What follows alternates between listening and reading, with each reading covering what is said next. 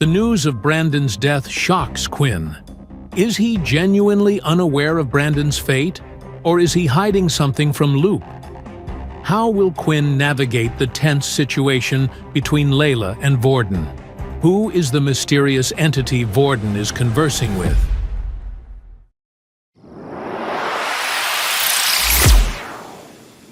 Look, I promise I'll keep your secret. I know you attacked Faye because of what happened at the weapons hall. It had to be you. So you decided to go after Brandon next after taking down me. Look, I just want to continue living in school as normal. I just don't want to get involved, and I'll stay out of your way. If the other students were to learn about the attacks on Faye and Brandon, they would naturally assume it might have been Quinn wanting payback. However, the one thing that would make them doubt that was the fact that he was only a level 1 student.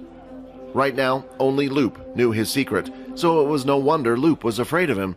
With all this information, for now, Quinn felt it was best to play along. "You don't have to worry," said Quinn. "As long as you stay out of my way, I will stay out of yours." "Thank you," Loop said as he bowed down and left the room. After Loop had left, there was a thought lingering on Quinn's mind. Just who did kill Brandon? Was there anyone in the school who had a grudge against him? It was hard for Quinn to come up with a suspect. All he knew about Brandon was what had happened at the combat classes. If a petty person like him was able to plan an attack like that, then perhaps he had made many enemies already. After finishing his talk, Quinn headed to the canteen to catch up with his other 2 roommates. But when he entered the canteen, instead of seeing Vorden and Peter sitting together like usual, Vorden was sitting on his own, and there was no sign of Peter. "Hey, so where's Peter? Didn't you 2 come here together?" "You're looking in the wrong places," Vorden said as he pointed in a different section of the canteen. But the direction Vorden had pointed in was the higher-level tables, the level 4 and 5 tables, and sitting next to them was Peter. "What is he doing over there? Are they targeting him?" Quinn asked. "Who knows? When Peter entered the canteen, he looked at me and said, 'I'm going to hang out with some new friends I made the other day.' Well, maybe we should just keep an eye on them for now. It doesn't look like he's in trouble, and we can always ask him about it later." "I hope you 2 don't mind, but I've come to join you," Layla said as she sat down. As soon as Layla sat at her seat, she couldn't stop staring at Vorden, and the same was true for him. In the middle of the 2 was Quinn. He could feel the heat and tension in the air with both of them, and he didn't have a clue what happened. "So I see that hole in your leg healed up nicely," Layla said. What are you talking about? Sorry, my name's Vorden. I don't believe we have met," Vorden said, pulling out his hand for a shake. "You are crazy if you think I'm just going to shake your hand, and that you're just going to pretend nothing happened, are you?" Layla then turned to Quinn. "Quinn, can you not see this guy is crazy yet?" "Don't call me crazy," Vorden said slowly, saying each word. Hey, I think you both need to calm down," said Quinn. "This crazy boy attacked me when I went to your room last night. Look," Layla said, as she pulled down her uniform slightly to reveal the red marks on her neck. "I kept telling you, Quinn, he's dangerous. Leave him." "I said, don't call me crazy." And again, just like last time, Vorden slowly said each word, one by one. Judging by the tone of Vorden's voice, it felt like he was going to snap at any second, and Layla was prepared for it. She kept her senses on high alert, ready to use her ability any second now. Even Quinn was unsure about what Vorden was about to do. "Vorden, is what Layla said true? Did you attack her?" Quinn asked in a soft voice, hoping to defuse the situation. I'm sorry about attacking you. When I saw Quinn's blood, I thought that maybe the attacker had come back to get revenge. I thought you might have come in to attack me and Peter as well," Vorden explained. "How can we even believe you?" Layla said, still annoyed by the whole thing. It was clear to her that Vorden was unstable. However, even Quinn felt like Vorden was acting strange. It seemed like Vorden was always trying to hide something. When Vorden was asked about what happened between him and the second years, and even now with what had happened between him and Layla, "I'll just leave you be for now," Vorden said. "I'm sorry about what happened." He then got out from his seat and left the 2 of them alone. For some reason, Quinn was unafraid of Vorden like the others. All the acts of aggression that Quinn felt, it never felt like it was aimed towards him. In the hallway, while Vorden was heading to his elemental combat class, he decided to quickly step into an empty classroom on the way. "Why did you get in my way? We could have taught that girl a lesson." "What did I tell you? It's because of you we're in this mess in the first place. You attacked her. It's our fault to begin with." Fine, but you understand that if you keep suppressing us, the little one's anger will only build up. The more he thinks Quinn is trying to get away, the angrier he will be, and then when he takes over, there's nothing me and you can do. I won't let it get to that point. I'm sorry, Quinn, for getting you involved in this, but you were just unlucky the little one chose you. With breakfast over and done with, it was time for Layla and Quinn to head to their beast weapons class. Now, for today's lesson, it will be individual practice. You have fought for the last couple of days with your weapon. Now you must learn how to get the hang of it. With that, everyone went into a separate space with their weapon. I wish there was someone who could teach me how to use these things, Quinn said as he sighed. Request of combat lesson activated. A suitable weapon is currently in use. Hand-to-hand combat level 1 will now be shown. Just then, as Quinn said those words, he seemed to have activated something within the system. In front of his eyes, a video started to play. In the video stood a single, tall, long-haired blonde man in a large empty room. On his both of hands, he wore 2 gauntlets similar to Quinn's, but looked a lot more powerful, and his beauty was unmatched.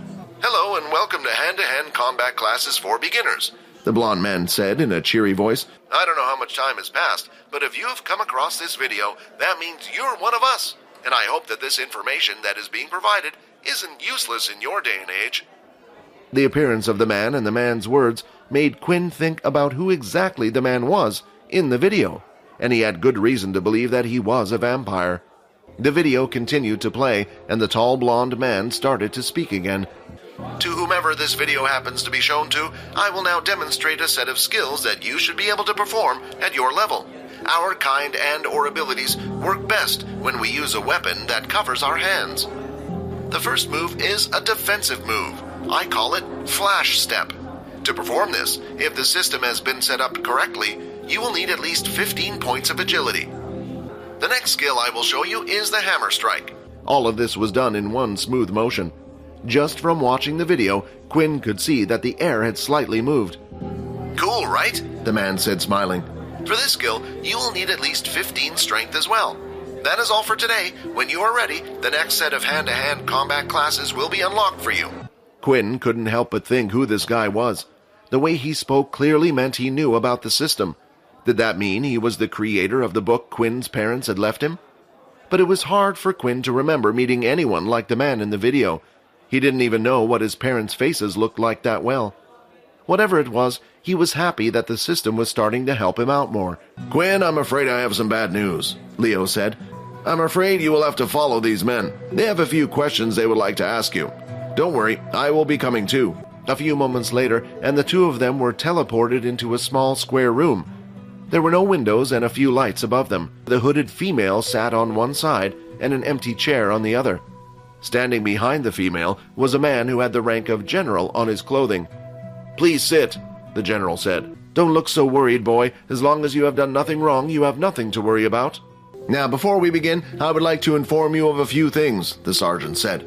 A student by the name of Brandon Richardson has passed away recently. Now, your teacher here has informed me that he and another student named Fei Lan had attacked you during combat classes yesterday. Now, not only has one of the students passed away, but Fei was also admitted to the hospital late last night. We currently have no leads to what happened to Brandon, so that eventually led us to you. Although it's hard to believe someone with no ability like you could do something like this, there is always a way.